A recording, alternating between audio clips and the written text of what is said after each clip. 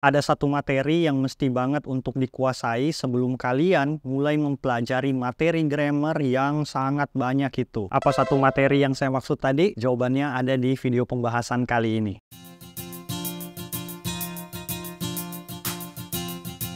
Sebelum kalian mempelajari materi grammar, misalnya tenses, conditional sentences, passive voice, causative, subjunctive, dan lain-lain sebagainya, pastikan kalian udah menguasai materi prasyaratnya, yaitu materi subject verb agreement. Tapi di video kali ini saya nggak akan ngebahas materi itu lebih lanjut. Saya cuma pengen membahas soal dari materi itu aja. Adapun kalau teman-teman para learners mau dibuatkan konten khusus mengenai materi subject verb agreement, kalian bisa request saja melalui kolom komentar yang tersedia atau DM ke Instagram @my.edu.story. Jadi saya anggapnya kalian tuh udah belajar tipis-tipis tentang materi ini dan saatnya menguji pemahaman kalian melalui video pembahasan berikut.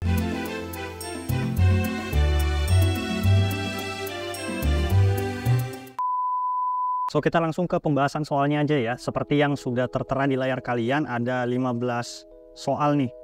Enggak ding, 14 doang sebenarnya karena di soal nomor satunya udah dijawab. Ini sebagai contoh aja.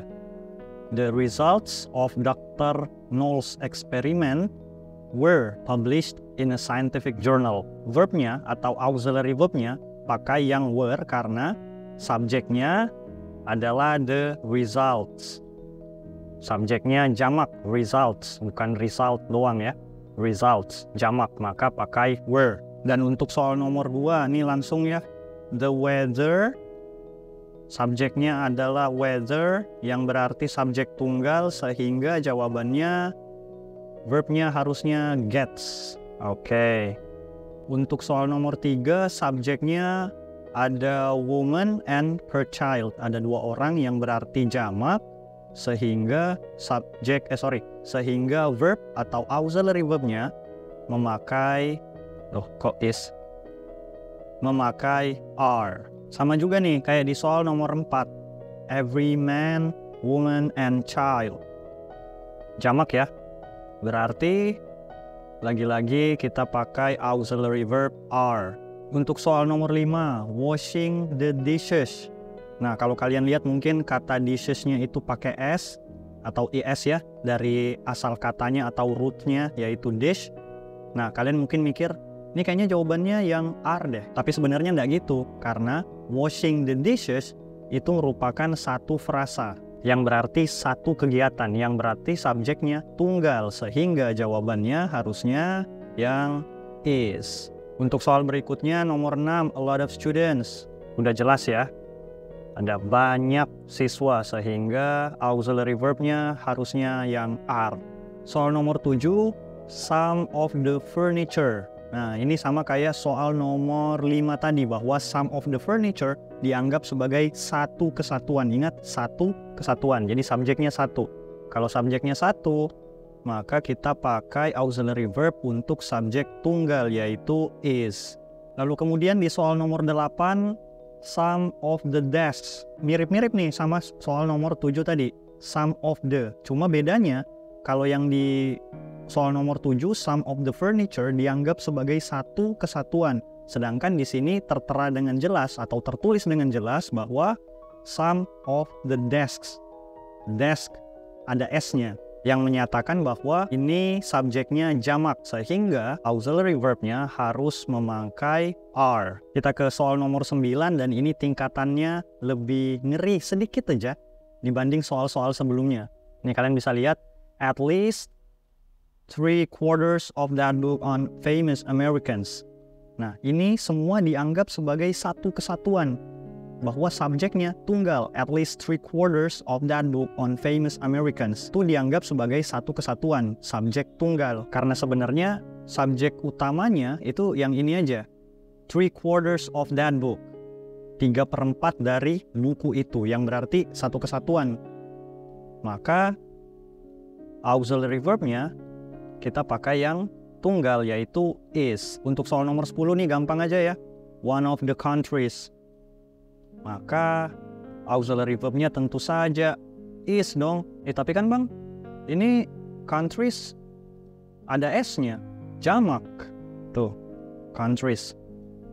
Ada S-nya. Nah, tapi gini, kalian bisa lihat di bagian awal, sudah jelas disebutkan one, satu, yang berarti tunggal. Maka kita pakai is, gitu aja sebenarnya.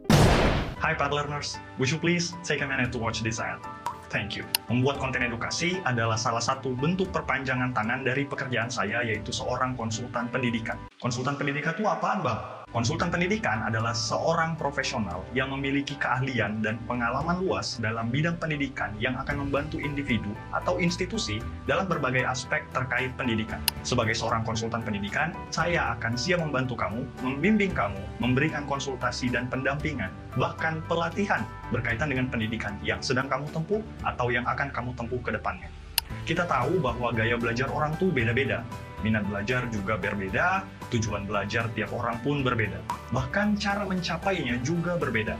Dengan mengetahui dan memaksimalkan semua hal itu, kamu akan bisa mencapai potensi pembelajaran terbaik yang akan membawamu ke cita-cita yang kamu inginkan atau tujuan yang kamu inginkan. If you want to know more about this education consultant thing, have this link on your browser or scan this QR code instead. Thanks for your time. Let's get back to our main video. Untuk soal nomor 11, kita bisa mengacu ke soal nomor 10. Kalau soal nomor 10 tadi, one of the countries, one, maka kita pakai auxiliary verb yang is. Sedangkan untuk soal nomor 11, some of the cities. Ya mirip-mirip lah ya. Satu dari sekian banyak negara dengan beberapa kota. Bahwa sudah jelas, di sini ada kata some. Oleh karena itu, kita harus menggunakan auxiliary verb are.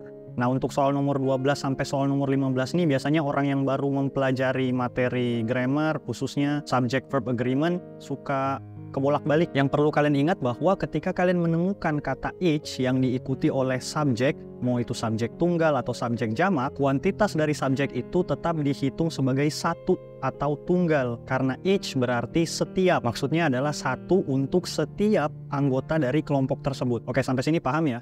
Nah, kalau kalian lihat soal seperti ini, each student, maka kembali ke teori sebelumnya, yaitu pakai auxiliary verb tunggal karena ini dianggap sebagai satu untuk setiap anggota dari kelompok tersebut.